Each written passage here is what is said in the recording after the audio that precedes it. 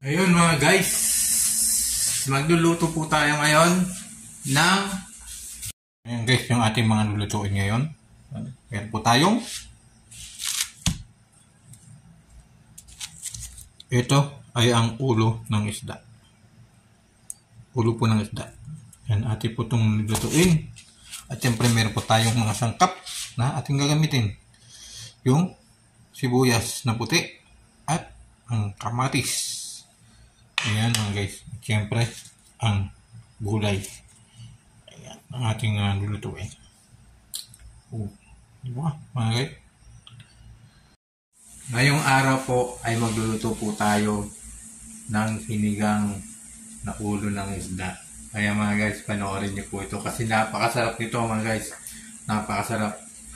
Kasi ang ating lulutuin ay dapat na masarap para sa ating mga kasama, pamilya, mga anak, kung sakasakali may anak kayo, lutuin niyo po ito, sinigang na ulo ng isda. Napakasarap po. Tara guys, nagluto na po tayo ng ulo ng isda. Kumukulo na yung ating kumukulo na yung ating mainit na tubig na sinalan natin. Siyempre, lalagyan po natin siya ng ito.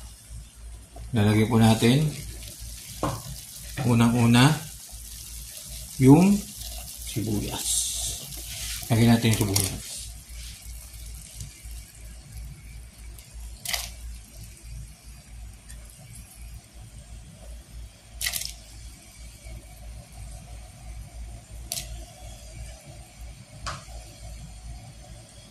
Siyempre, ang kamatis.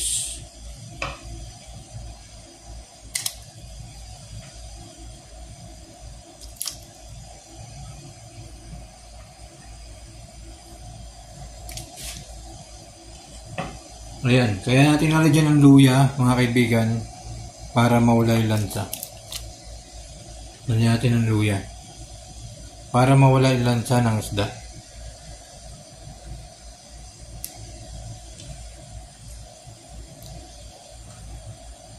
Kasi malansa yung isda.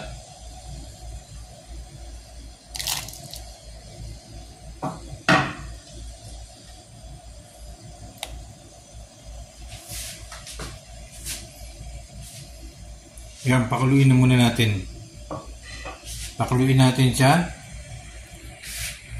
At siyempre, ilalagay po natin yung isda.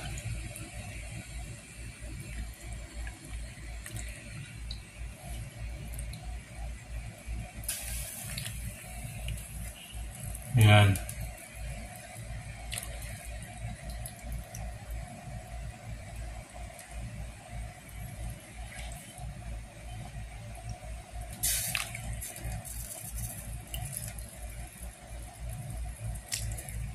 Yan, hintayin po natin siyang kumulo. Yan mga guys, tanggalin natin tong tanggalin natin to.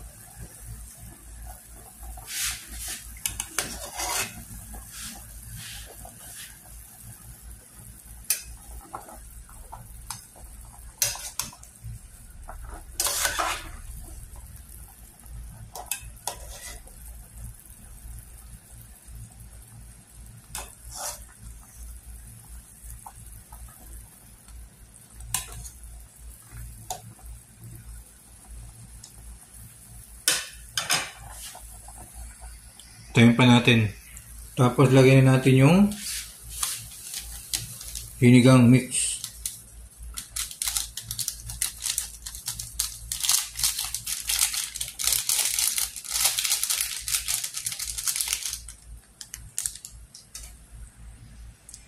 Ayan, tayin po natin tayin po natin siyang pumasok yung sinigang mix sa isda.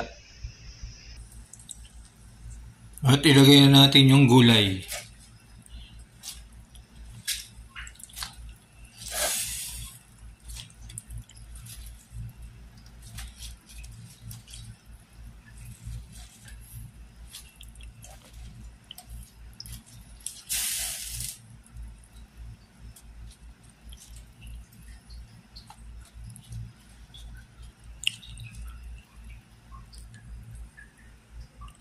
Hintayin natin kumulo mga kaibigan.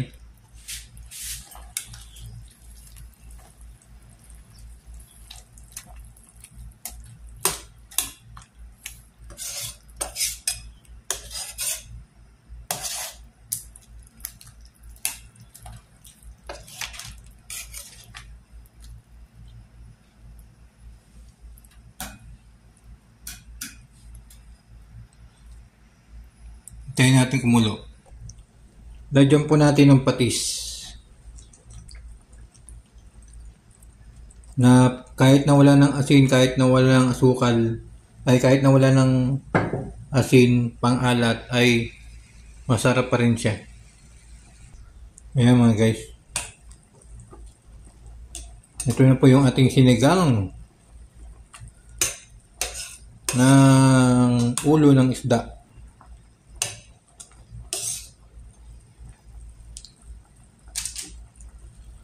Diyan pa natin.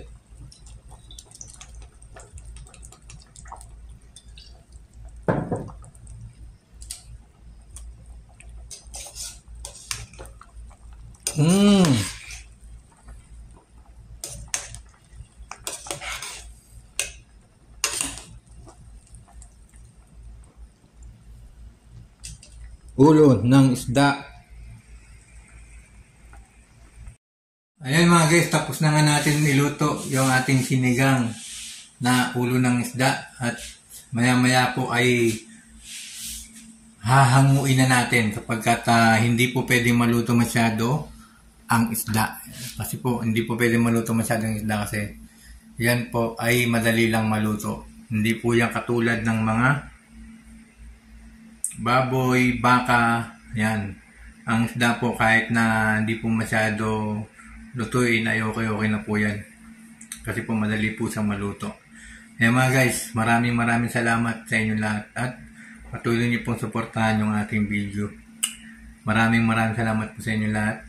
Huwag niyo pong kalimutan, follow yung aking Facebook, Michael Villegas House yan. At mag-comment po kayo sa baba. At siyempre, huwag niyo pong kalimutan magbigay ng reaction. Thank you so much po sa inyo lahat and God bless you all.